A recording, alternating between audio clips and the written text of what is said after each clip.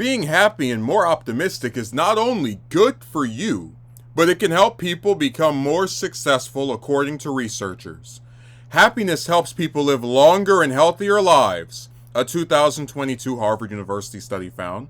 That includes improved immune functionality, healthier hearts, and fewer aches and pains. Plus, research found that more optimistic folks were more successful in their jobs and relationships.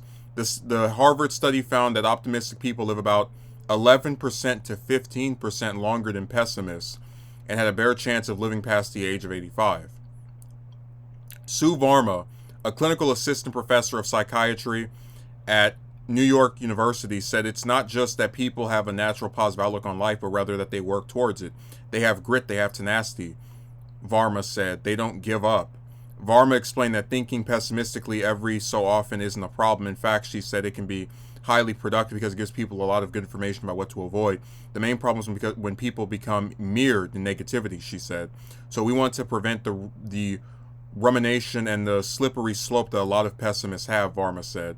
The self-improvement market is one place where Americans are looking for help to achieve the goal of being more optimistic. Market data estimates the self-improvement market was worth more than $13 billion in 2022, which includes coaching, self-help books, audio, and apps. The app market was reportedly worth $762 million alone in 2022. Experts anticipate it to grow to nearly $1 billion by 2027. Within the app realm, there are resources to help people navigate their way into a more optimistic mindset if they are not there already. There are also books, podcasts, workshops, online groups, and even paid courses available on how to become more positive. What a grift. Psychotherapist Robbie Ludwig said Wednesday on Morning in America that training your brain to look for the positives in situations could help improve your mindset. Ludwig said that being optimistic is in part of our personality, explaining that some people are born with an intrinsic ability to be optimistic. However, she also said many people tend to have a negativity bias because it's self-productive. Multiple studies have found that humans can actually train their brains to be more optimistic, she said. The first part of that includes looking at our surrounding environments. As most people are affected by their surroundings, she explained, we are very much affected by our environment, by the people we interact with, the news that we digest, and the things that we read. To think about what is helping my mental well-being, you have to be somewhat aware of yourself, Ludwig said. Ludwig explained that when people observe the good things in their lives, they're better able to see themselves as a luckier person. Optimism is about nurturing a realistic hopefulness when you take action to move in the direction of your dreams and just a healthier, happier way of interacting in the world, Ludwig said. I picked this story because I thought it was interesting. Anytime you have statistics and studies and various other times doctors look into things, I'm always semi-curious. I do think psychiatrists tend to be the ones that give me the most pseudoscience, but I guess I'll treat them fairly. Happiness helps people live longer and healthier lives, which includes improved immune functionality, healthier hearts, and fewer aches and pains. I have heard before that when people convince themselves that they're something, it can lead them to feeling that way. Like, I've had many times where I'm tired going into work and I don't get 8 hours of sleep because I get woken up by someone here. And, maybe I'll drink an energy drink and I'll say, I still have at least 5 or 6. And that's usually enough for me to get through the night. And I try to, make some jokes or otherwise. Again, like part of that same conviction of I'm as good as I say I am.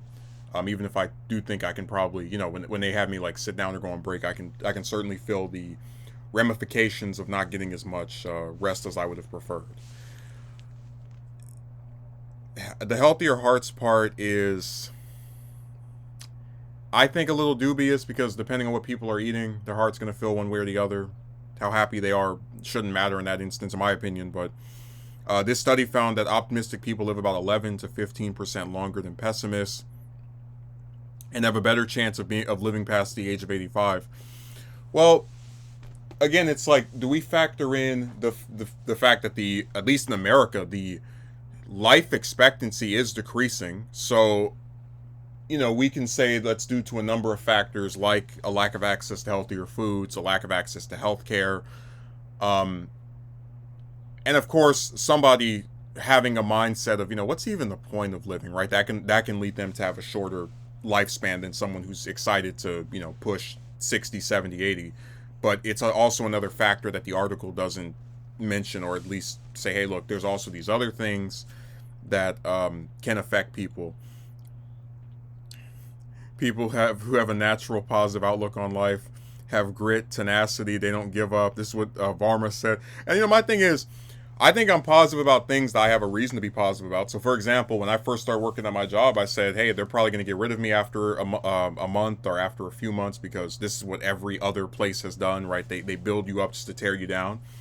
But, they haven't done that so far in 7 months. And I can say that I'm more optimistic about the idea of staying here long term, or, not being gotten rid of next month or the one after that.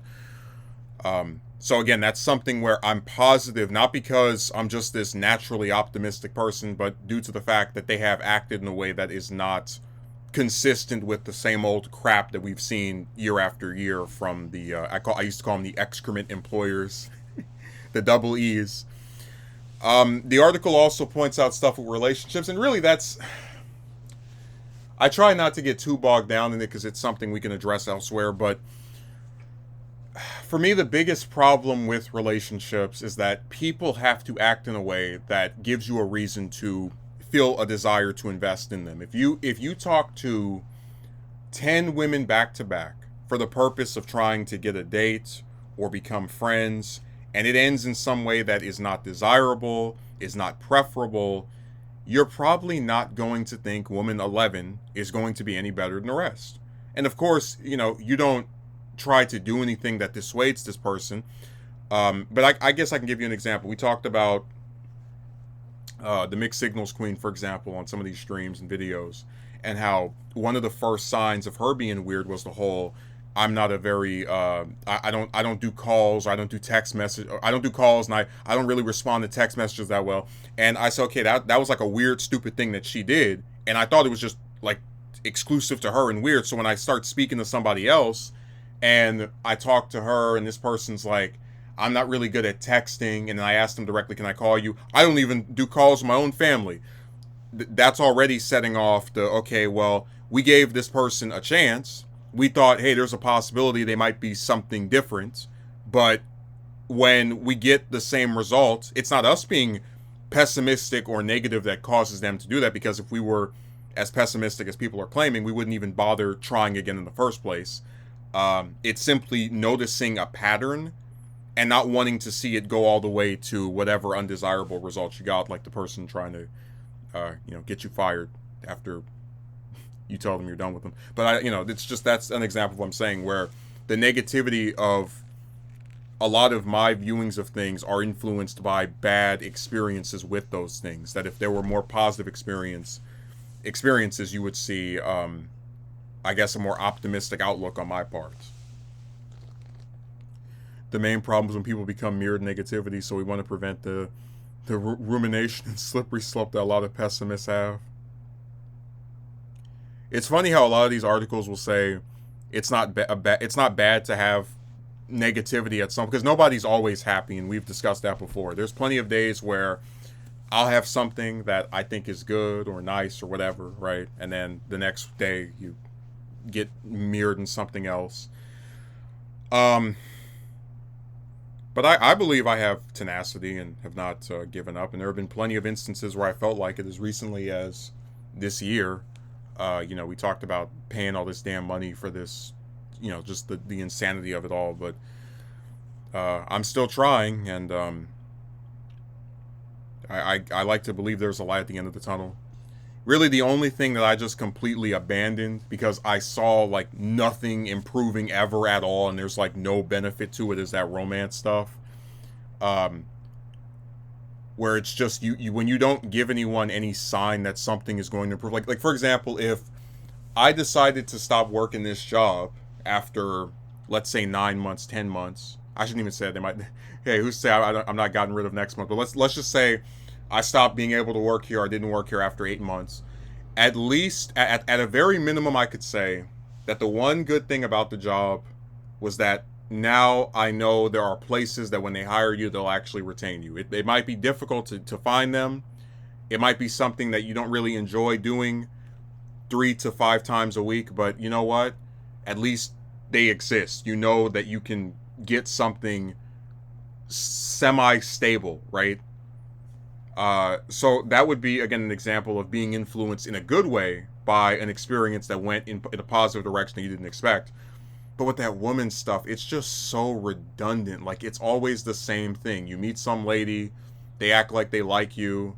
You either ask the person for something romantic, or I mean, hell, now we've seen, even if you just want to be friends with one of them, that's a train wreck. And then you get the surprise plot twist of them not liking you as much as you like them, and then having to start all over, and you just get sick of it. So that's really the only thing where I've just been completely pessimistic about. And I can say that lousy relationships or a lack thereof can lead to a person not wanting to live as long. But honestly, the one thing I like about the idea of not believing you're gonna live to see, like, for example, 50, 60, 70, 80, is that people who feel like they don't have as much time as everyone else that likes to sit there and believe they're gonna have these, like, very advanced ages, can oftentimes be more motivated to do things instead of putting them off, which I do find extremely helpful when you're actually trying to make something of yourself.